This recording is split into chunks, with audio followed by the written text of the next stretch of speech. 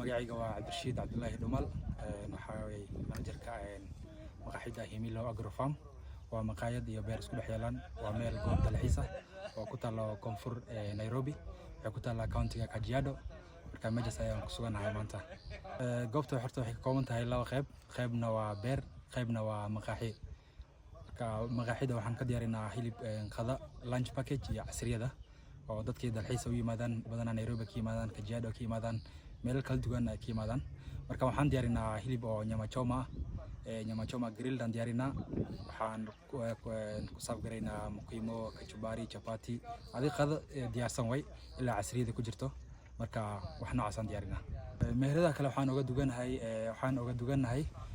fresh from the farm horta cabitaanka ma ku noqdo juiceska sida strawberry-ga mint juice-ka beetroot juice-ka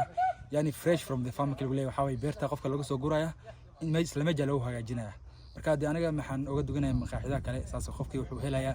jabigi neecawdi maaragtay juiceski oo fresh from the farm beerta laga soo gurayo strawberry-ga mint-ka beetroot-ka oo isla meesha lagu hagaajinayo qofkii waqtigu imaado ayaa loo soo goynaya beerta waqti isla markii loo hagaajinayo marka wallahi waa arin oo maaragtay ma sha Allah waxa la saan uga duganahay maqaaxida kale oo magaalada isla goobtan hadda aan ku suganahay Himilo Agro Farm hadda waxaan bilawnay camping ma taqaanaa waxa way baalan tentska oo habeenkii qofka uu seexanayo yaan hadda bilawnay marka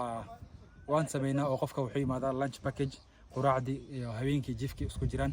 oo camping ah ayaan ugu talagalnaa marka camping aan sameynaa oo habeenkii dadku ay bari karaan meel waxa jirta oo fire point ah oo habeenkii dabshid ah oo dadkii maartay waqti ku qaataan ilaa iyo waqti ay ku gaari karaan taasna way ku jirtaa dabshidka waa jira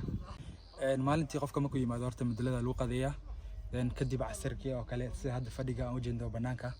ma ku qabanaysaa saas camal aan banaanka u saarnaa qofkii casriyadii ayuu meesha ku qaataa waqtigii casirkii banaanka ayuu ku qaataa qadadina wuxuu ku isticmaalaa muxuu ku cunaa makutiga goobta masjid way leedahay ma sha Allah hadii waa meel oo muslim iskala marka muhiimadda weyn waxaan saarnay masaajidkii ayaan ka bilaabnay waqtigaan saasayni marka meel masaajid oo lagu tukayo ay leedahay ma sha Allah kidii wadana waxay leedahay meel oo goob ah oo ciyaarta loogu talagalay sida maybe dhalinyarta oo kale hadii qofka maaragtay uu yimaado waqti game Premier League oo kale geemasha jiraan habeenkii kale La Liga kale qofka duu camping samaysto oo bariyo maybe meel uu ciyaarta ka daawan karo waan leenahay oo ayadana taasna waxay ku jirtaa facilities ka aan provide garino horta Nairobi horta dadka ka imaanayaan waa 40 kilometers from Nairobi waa 40-minute drive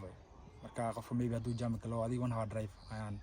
hadda dhigi karnaa qofka haduu maybe jam galo laakiin waa almost 40-minute drive saas uma sii fogo waxaan saaranahay less than 100 meters qofka Nairobi Namanga highway markuu kasoo dago waxa way less than 100 meters ayuu soo galaya goobta maqaaxida wallahi dadka noo yimaadaan horta ayagoo faraxsan oo maaragtay ma sha Allah oo leeyin waa dad kale aan keenayna oo aan soo laaban doona farxad leh kala kulana feedback fiican ayaan markasta ka helnaa waayo customer-ka hadii waa always waa feedback-kiisa waa muhiim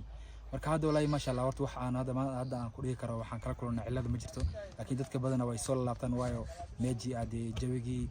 iyo maaragtay neecawdi ayaa wax loo boogi karin ahayn marka ma sha Allah dadku way u bogaan ma dad badan isku jiraan Soomaalida kala ximiimaato dad badan isku jiraan waxay isku jiraan dadka madowga way yimaadaan naftirkooda Soomaalida dad kala duwan ay yimaadaan marka dad kala duwan ay yimaadaan Soomaali kala ximiimaato